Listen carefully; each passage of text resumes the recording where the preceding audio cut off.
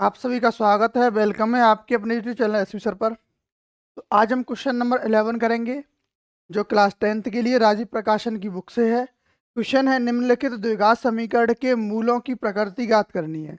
तो मूलों की प्रकृति ज्ञात करने के लिए हमें डी का मान निकालना होगा। चलिए इसका डी का मान निकालते हैं हम। तो क्वेश्चन नंबर 11 है 2x² + 5x + 5 कितना है 2x² + 5x + 5 = 0। ठीक है, तो पहले हमें इसमें करना क्या होगा, पहले हमें इसकी ax² + bx + c = 0 से तुलना करनी होगी, जो कि द्विघात समीकरण का व्यापक रूप होता है। तो इससे तुलना करेंगे ax² + bx + c = 0 से। तो यहाँ a का मान कितना है 2, b का मान 5 और c का मान भी कितना है 5 है। अब हम a b c का मान निकालने के बाद अब निकालेंगे हम d का मान। ठीक है, अब d से पता चलेगी कि इसकी प्रकृति कैसी रहेगी। तो d बराबर क्या होता है b² - 4ac। d बराबर b का मान कितना है, b का मान है 5, तो 5 का वर्ग हो जाएगा, -4 × a का मान 2 और c का मान 5। 5 का वर्ग हो गया 25 और 4 दूनी 8, 8 पंजे 40। तो यहाँ से d का मान कितना आ जाएगा -15। ठीक है, अब प्रकृति कैसे निकालेंगे। तो हमें पता है कि d का मान जो है, d का मान कैसा है छोटा है, किससे 0 से, और 0 से छोटा है इसका मतलब क्या है कि मूल काल्पनिक होंगे। कैसे रहेंगे, मूल काल्पनिक होंगे, मूल काल्पनिक होंगे। ठीक है, मूल काल्पनिक क्यों होंगे, क्योंकि इसमें d का मान जो है 0 के बराबर है। क्लियर होगा आपको। सबसे पहले क्या करना है इसमें, सबसे पहले हमें इसके द्विघात समीकरण के व्यापक रूप से तुलना करेंगे। अब व्यापक रूप क्या होता है ax² + bx + c = 0। तो इससे हम तुलना करेंगे, तुलना करने के बाद a b c का मान निकल के आएगा। फिर हम d यानी विविक्त कर का मान निकालेंगे। d बराबर क्या होता है b² - 4ac। इसका मान निकालेंगे तो जो अगर प्लस का आता है तो मूल वास्तविक और समान होंगे। अगर d का मान 0 आता है तो मूल समान होंगे। अगर d का मान 0 से छोटा आता है तो मूल काल्पनिक होंगे। क्लियर है। चलिए नेक्स्ट क्वेश्चन 12 को देखेंगे। अब क्वेश्चन नंबर 12 है 4x² - 4x + 1।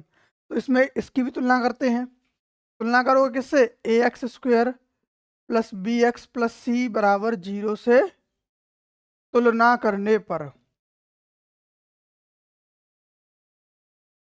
ठीक है, अगर इससे हम तुलना करेंगे तो a का मान 4 कितना होगा, a का मान 4, b का मान -4, c का मान 1 रहेगा। ठीक है, कितना रहेगा, a का मान 4, b का मान -4 और c का मान 1 रहेगा। अब विविक्त कर को निकालेंगे। विविक्त कर क्या होता है, d बराबर b² - 4ac। ठीक है, चलो भाई d का मान निकालेंगे तो b का मान -4 का वर्ग -4 × 4 × 1, 4 का वर्ग 16 और 4 चौके 16। तो d बराबर कितना आ गया, d बराबर आ गया 0। और d बराबर 0 है तो क्या होंगे, मूल समान होंगे। कैसे रहेंगे, मूल समान रहेंगे, मूल समान होंगे, मूल समान है। तो इस तरीके से हम इनकी प्रकृति को आसानी से निकाल पाते हैं। चलिए इसके बाद नेक्स्ट क्वेश्चन को भी देखेंगे।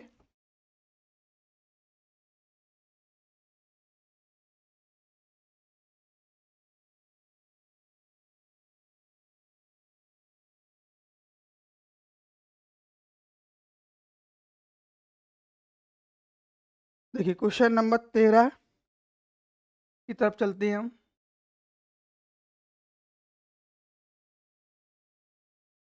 क्वेश्चन नंबर 13 और 14 क्या है, x² + x + 1 = 0 के इनकी भी हमें मूलों की प्रकृति बतानी है। तो इसकी भी तुलना कर देते हम किससे, ax² + bx + c = 0 से तुलना करने पर। तो a का मान 1 रहेगा, b का मान भी 1 रहेगा और c का मान भी 1 रहेगा। ठीक है, a बराबर 1, b बराबर 1, c बराबर 1। अब निकालेंगे हम d, विविक्त कर d बराबर बी स्क्वायर माइनस 4ac। तो d बराबर हो जाएगा b का मान 1, 1 का वर्ग माइनस 4 इंटू 1 इंटू 1, 1 माइनस 4, तो d बराबर कितना हो जाएगा -3। अब d का मान कैसा आया है, d का मान आया है 0 से छोटा। अगर 0 से छोटा है तो मूल काल्पनिक होंगे। कैसे रहेंगे, मूल काल्पनिक होंगे, मूल काल्पनिक होंगे। ठीक है, इस तरीके से हम निकालेंगे। नेक्स्ट क्वेश्चन क्या है, x square minus 4x plus 4 बराबर 0। देखो क्वेश्चन नंबर 14 है, तो इसकी भी तुलना किससे करते हैं हम, A X square plus B X plus C बराबर 0 से तुलना करने पर तो ए बराबर 1 रहेगा, बी बराबर 4 रहेगा माइनस का, और सी बराबर +4 रहेगा। तो ए का मान कितना है 1, बी बराबर -4 और सी बराबर +4। चलो भाई, इसमें भी क्या निकालेंगे हम, डी का मान यानी विविक्त कर B square minus 4ac। B का मान -4 है तो -4 का वर्ग करेंगे, -4 इंटू 1 इंटू 4 यानी 16 माइनस 16। तो यहाँ से डी का मान कितना आ गया, डी का मान आ जाएगा 0। अगर डी का मान 0 के बराबर है तो कैसे होते हैं मूल, मूल समान होंगे। कैसे रहेंगे, मूल समान। तो आपको क्लियर होगा ये टॉपिक। चलिए भाई नेक्स्ट क्वेश्चन की ओर मूव करेंगे।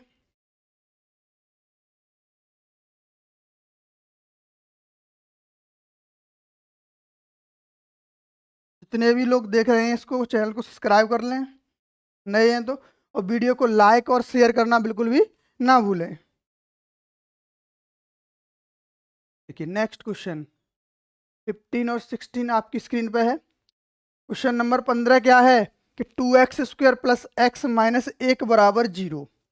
तो इसकी हम पहले तुलना करेंगे किससे, इसके व्यापक समीकरण यानी A X square plus B X plus C बराबर 0 से। ठीक है, किससे तुलना करेंगे, A X square plus B X plus C बराबर 0 से तुलना करने पर ए का मान 2, बी का मान 1 और सी का मान -1 होगा। ए का मान कितना है 2, बी का मान 1 और सी का मान -1 रहेगा। ठीक है, अब इन मानों को हम निकालेंगे। इससे क्या निकालेंगे, डी का मान, डी बराबर बी स्क्वायर माइनस 4ac। तो डी बराबर बी का मान कितना है 1 का वर्ग -4 इंटू 2 इंटू -1। तो 1 माइनस माइनस प्लस हो जाएगा, 4 दूनी 8। तो डी का मान यहाँ से आ जाएगा 9, वो भी किसका, प्लस का।